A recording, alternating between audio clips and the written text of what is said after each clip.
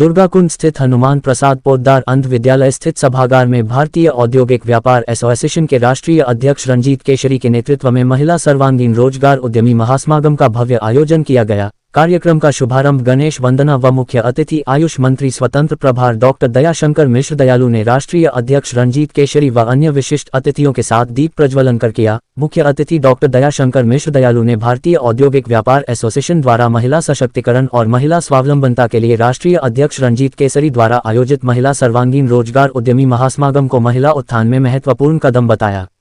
मौके पर भारतीय औद्योगिक व्यापार एसोसिएशन के राष्ट्रीय अध्यक्ष रंजीत केसरी ने मुख्य अतिथि का आभार प्रकट किया व महिला सशक्तिकरण के उद्देश्य से आयोजित सर्वांगीण रोजगार उद्यमी महासमागम में मुख्य रूप से महिलाओं को आत्मनिर्भरता व स्वावलंबन के महत्व को बताते हुए रोजगार के लिए यथासंभव मदद करने के लिए संस्था के लिए संकल्पित रहने की बात कही।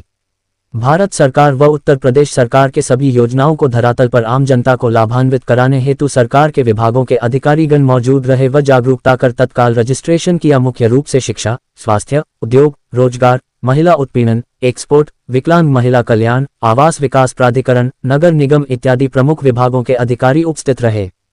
संस्था के सदस्यों में संगीता मिश्रा, नंदिता चटर्जी, वंदना रघुवंशी, अमृता श्रीवास्तव, गरिमा सिंह गौतम, लक्ष्मी पाठक, सोनी जायसवाल, सुषमा श्रीवास्तव, पूनम जायसवाल, अभव्या चौबे, प्रीति रवि जायसवाल, आरती राय, अंजू श्रीवास्तव, संतोषी शुक्ला, मंजू मिश्रा, विजय लक्ष्मी मिश्रा, रूबी जायसवाल, सुषमा शुक्ला, सरिता गुप्ता, शारदा त्रिवेदी आदि उपस्थित रही। वाराणसी से संतोष कुमार सिंह की रिपोर्ट। देखिए, भारतीय जनता पार्टी की यह सरकार, केंद्र की सरकार, माननीय आदरणीय प्रधानमंत्री जी नरेंद्र मोदी जी की सरकार और उत्तर प्रदेश के मुख्यमंत्री योगी आदित्यनाथ जी की सरकार महिला सशक्तिकरण के लिए जितना काम कर रही है, मातृशक्ति का देश है और महिलाओं को जो बढ़ावा दिया जा रहा है, व्यापार के उद्यम के क्षेत्र में भी महिलाओं को जिस तरीके से आगे आने का अवसर मिला है, मुख्यमंत्री युवा उद्यमी जो रोजगार की योजना लागू हुई है, उसमें 5 लाख रुपए का बिना किसी गारंटी के लोन की योजना है।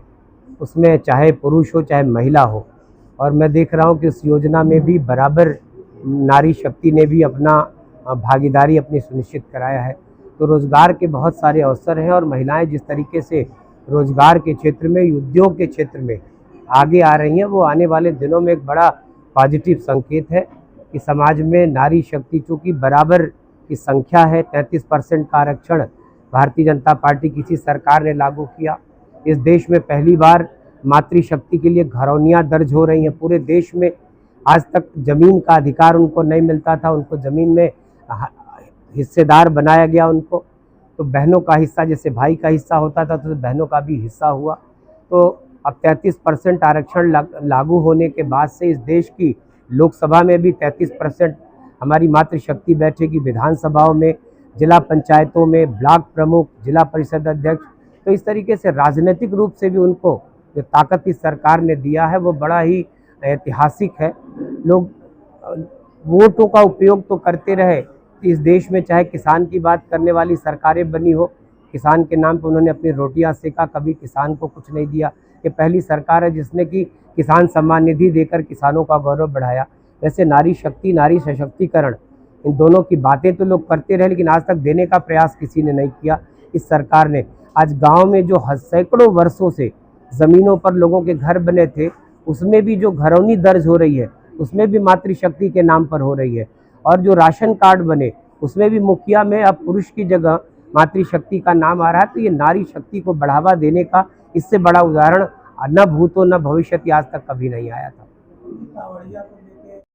हम लोग के ऊपर जाती है, बाकी साहब ने प्रधानमंत्री को लेटर लिखा है, मुख्यमंत्री को लेटर लिखा है, कैसे देखते हैं सर? देखिए, काशी में ये वही काशी है जिसमें कुछ 1000 लोग बाबा का दर्शन करने आते थे। हम बधाई देना चाहते हैं इस देश के यशस्वी प्रधानमंत्री जी को कि जब से बाबा विश्वनाथ जी का नया कॉरिडोर बना है, तब से यकीन करिए कि पिछले सोमवार को 5 लाख लोगों ने दर्शन किया।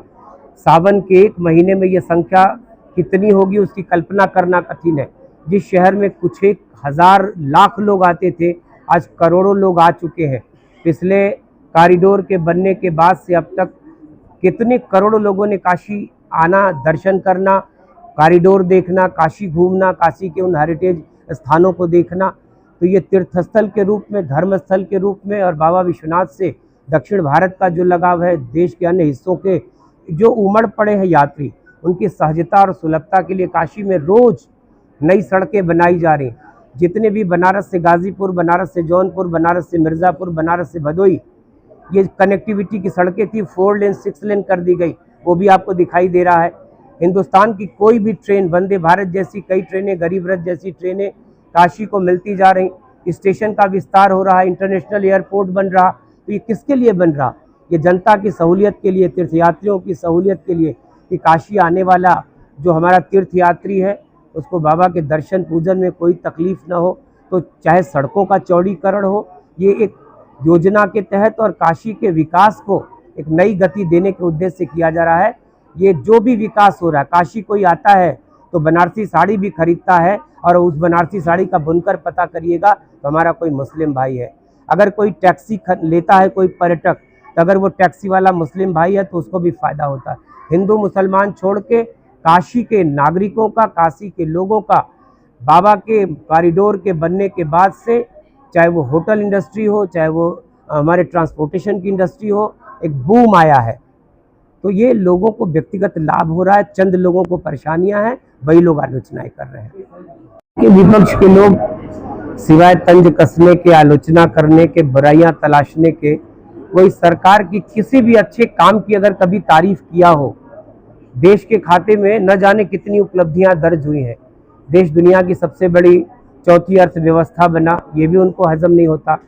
हम महीनों महीनों पाकिस्तान जैसे दुश्मन देश से युद्ध लड़ा करते थे, आज हमने 3 दिन में पाकिस्तान जैसे देश को तहस नहस कर दिया, घुटने टेकने पर विवश कर दिया, उनके सारे जो आतंकवाद के ठिकाने थे उनको ध्वस्त कर दिया, उनके हवाई एयरपोर्ट्स को ध्वस्त कर दिया। 3 दिन के अंदर कोई युद्ध समाप्त होता है, लेकिन पाकिस्तान जैसे देश ने घुटने टेका भारत के सामने। हमने जब वो आतंकवादी घटनाएं हुई, हमने उनके देश में घुस के सर्जिकल स्ट्राइक किया, हमने एयर स्ट्राइक किया, हमारी देश के एयर हवाई जहाज़ों ने जाकर उनके देश में सारे ठिकाने नष्ट किए। कभी किसी बात की आज तक तारीफ नहीं किया। तो तारीफ करना छोड़ दीजिए, वो सिर्फ बुराइयों के मौके तलाशते रहते हैं। और 11 साल लग गए इंतज़ार करते हुए केंद्र की सरकार, और 7-8 साल से उत्तर प्रदेश की सरकार जनता के भरोसे, जनता के विश्वास जीतकर, दिल जीतकर, किसान, मजदूर, मातृशक्ति, नौजवान और गरीब कल्याण के लिए दुनिया के इतिहास में कोई देश में ऐसी सरकार नहीं है जो गरीबों के कल्याण के लिए इतनी कल्याणकारी योजनाएं चला रही। तो मुझको लगता है कि विपक्ष अब सिर्फ पानी पीट रहा है, अब मुद्दे उसके पास नहीं बचे हैं। रणजीत केसरी, राष्ट्रीय अध्यक्ष, भारतीय औद्योगिक व्यापार एसोसिएशन।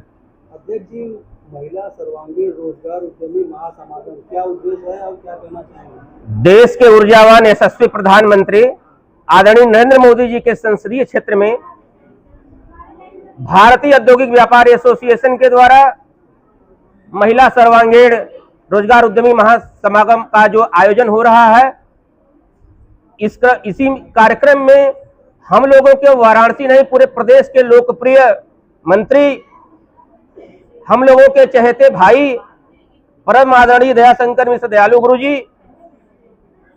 आए हुए हैं। भारतीय औद्योगिक व्यापार एसोसिएशन महिला सभा इनका हार्दिक स्वागत, अभिनंदन एवं वंदन करती है।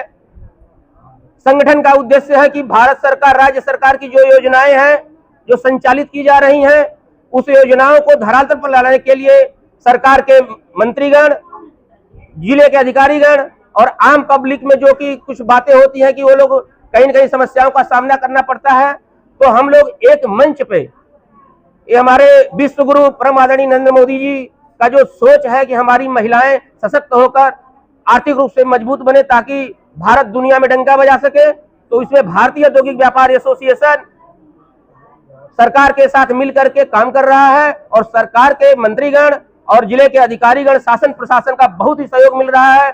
मैं सभी का हृदय से आभार प्रकट करता हूं और खास तौर से बनारस की महिला प्रभारी संगीता मिश्रा जी, हमारे महानगर के प्रभारी नंदा चटर्जी जी एवं हमारी पूरी टीम के द्वारा इतना बढ़िया संचालन किया गया।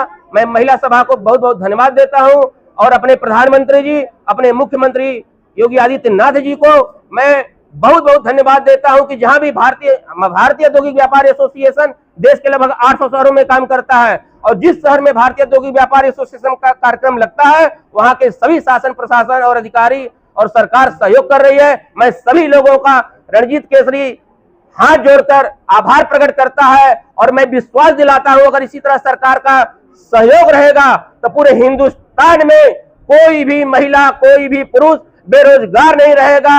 हर हाथ में रोजगार, हर हाथ में सम्मान और हर हाथ में सुरक्षा देने का काम करूंगा।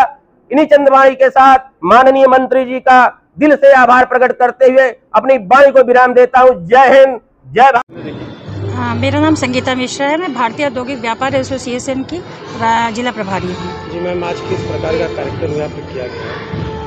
आज यहाँ पर महिलाओं का कार्यक्रम रखा गया था जिसमें 5 लाख तक के लोन को यहाँ पे सारे अधिकारियों को बैठाया भी गया था, जो वो जगह जगह पे वे घूमती फिरती हैं कि कैसे होगा कैसे, तो इसके सारे समाधानों का सुझाव यहाँ पे देने के लिए सारे अधिकारियों को बैठाया गया कि महिलाओं को स्वावलंबी बना सके और महिलाएं अपना सारा कार्य एक ही छत के नीचे करवा सके। कार्यक्रम के मुख्य अतिथि कौन? हमारे मुख्य अतिथि माननीय ये दयाशंकर दयालु मिश्रा भैया थे।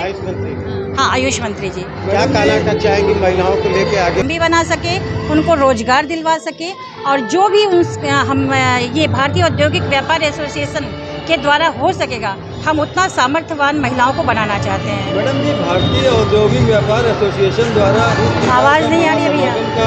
क्या दूरगामी परिणाम होंगे? क्या क्या आज के कार्यक्रम के दूरगामी परिणाम को लेकर क्या कहेंगे? इसका ये कितना उपयोगी है महिलाओं के लिए? अच्छा, ये महिलाओं के लिए बहुत ही उपयोगी है। मेरा मानना जहाँ तक है, जो महिलाएं घर के अंदर बैठी हुई थी जिनको ये सब चीज़ों के बारे में पता भी नहीं था, आज इसके भारतीय औद्योगिक व्यापार एसोसिएशन की वजह से वो काफ़ी जागरूक भी हुई हैं। किस तरह से उनको लोन का प्रोसेस देना है, कैसे उनको रोजगार करना है, इस कार्यक्रम के ही माध्यम से उनको बहुत सारी जानकारियाँ प्राप्त हो चुकी है। ठीक है।